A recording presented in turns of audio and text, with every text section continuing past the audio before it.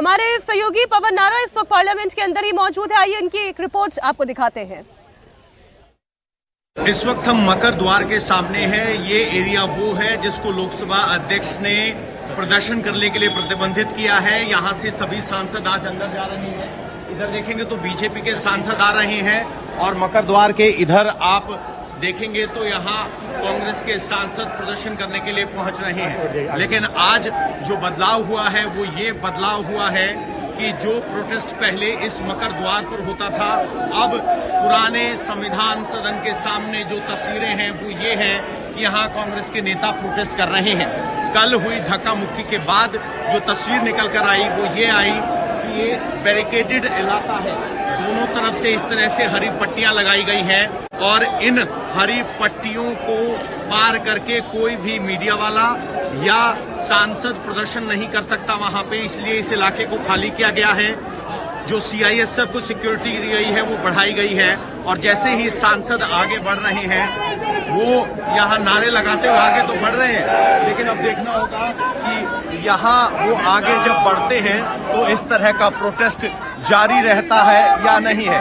और जैसे प्रदर्शन का अनुमति नहीं है, लेकिन बावजूद इसके अमित शाह माफी मांगो प्लेकार्ड लेते हुए सारे विपक्षी सांसद यहाँ मकर द्वार की तरफ आगे बढ़ रहे हैं।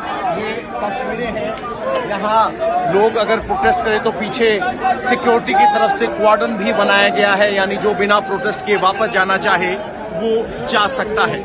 लेकिन आज एक बार फिर यहाँ संसद में प्रदर्शन की तस्वीरें हैं। इस इलाके में भी कोई भी सांसद ठहर कर प्रदर्शन नहीं कर रहा है, लेकिन प्लेकार्ड लेकर नारेबाजी करते हुए सभी विपक्षी सांसद यहाँ से अंदर जा रहे हैं। अमित शाह माफी मांगो ये नारे हैं, हाथ में अंबेडकर की तस्वीर है। माफी मांगो ये नारे हैं, हाथ में। तो लोकसभा की कार्रवाई तो अनिश्चितकाल के लिए स्थगित हो गई है। अब जितना भी प्रदर्शन आप देखेंगे वो या तो राज्यसभा में होगा या फिर पार्लियामेंट परिसर में होगा। इस बीच शिवराज सिंह चौहान केंद्रीय मंत्री आरएमएल अस्पताल पहुंचे। दोनों ही सांसदों का हाल उन्होंने जाना, उसके बाद उन्होंने प्रतिक्रिया भी दी।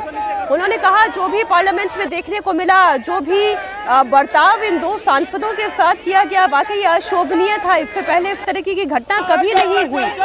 आपको बता दें केंद्रीय मंत्री शिवराज सिंह चौहान दोनों जख्मी सांसदों से मिले।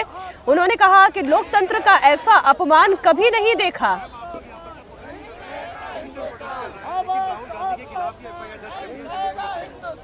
हमें समझना चाहिए कि आज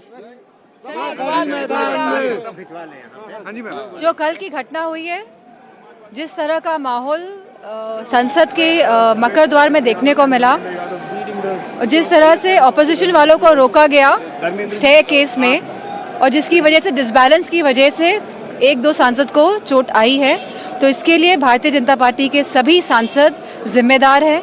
और जहां हमारी मांग है कि गृह मंत्री जो टिप्पणी उन्होंने करी संसद के अंदर अंबेडकर जी के लिए, जो आपत्तिजनक भी है और अपमानजनक भी है, तो हम चाहते हैं कि वो इस देश से माफी मांगे। और इसी के साथ जो भारतीय जनता पार्टी के जो मेंबर ऑफ पार्लियामेंट्स हैं, जिस तरह के उन्होंने एक रचना के तहत यहाँ का माहौल संसद का बिगाड़ने की जो कोशिश करी है, उसके लिए हम सभी भारतीय जनता पार्टी के सांसदों से चाहते हैं कि वह माफी मांगे। मैम, एफआईआर दर्ज राहुल गांधी के खिलाफ ही यही विडंबना है इस देश की कि जो लोग बेगुनाह हैं उन्हीं पे एफआईआर होती है, चाहे वो हमारे पिछड़े भाई हो, दलित भाई हो, अल्पसंख्यक भाई हो, जो भी हो, जो हमारे लोग हैं जो जिन पे उत्पीड़न हुआ है, उन्हीं के खिलाफ एफआईआर दर्ज होती है।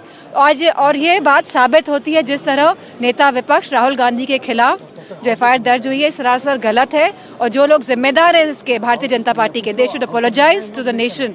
Thank you.